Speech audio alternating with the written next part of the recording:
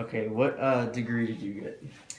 My degree is a bachelor's in electrical engineering. Okay, how quickly is the field growing for what you do? For electrical engineering, it's continued to grow over the years. It's a really strong profession to go into. Gotcha. What kind of people experience the greatest success in this field? It's people that can think outside of the box. So there's two pieces to it. One is understanding the electrical concepts and being very detail oriented. So that's a strong trait that you need to have, being very analytic and detail oriented, but also to go above and beyond what you're being asked for, to look, like I said, outside of the box and being able to look at different things across what you're learning to be able to put them together to create new things. Gotcha, that's interesting. What do you find unique about your field? Well, I really enjoyed, and the reason why I went into electrical engineering is I was really strong in math and science, and I wanted to be able to use that and apply it in a way that was practical and made a difference for people. Yeah, gotcha. From everything you've observed, what problem can you cite regarding working in this career? Well, one of the challenges that you have, and it's a plus and a minus, is that it's constantly changing. So I'm always learning new things. And so it's not one of those roles that you go into and you know everything you need to know and then you can kind of rest on your laurels. You're constantly learning new things because it's always changing. What various jobs are available in this field?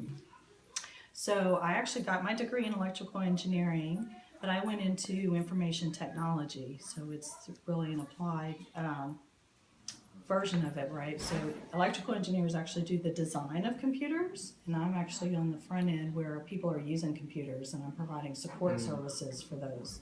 So I have not really relied heavily on my electrical engineering degree, but it got me a foothold into information technology, and it's continued to grow from there. Oh, okay. I didn't know that one. All right, just a second. What are there opportunities for self-employment in your field, and like where? Absolutely. So usually when you go into an engineering field, coming out of school, I got what was referred to as an engineer in training. So there's a day-long test that you take in order to get this certification. And when you go into practice, you actually want to work with other engineers that have already gotten their professional engineering license. And so as an engineer in training, you work with them over a 5-year period to work up to where you can get your professional engineering license. And then you can actually then span out and go into practice for yourself, where you could be an independent consultant.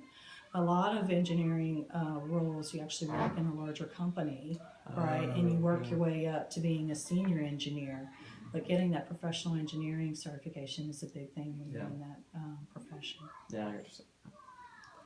Is it kind of like a what do you call it? Like kind of like how you come out of college and like you're still in college, like you're like learning how to like what's it called again? Whenever you're like you do internships. Internships during college. Yeah. Oh, okay.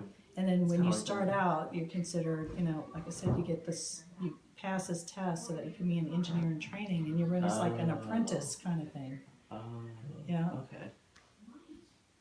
What? 4 minutes. Oh, okay.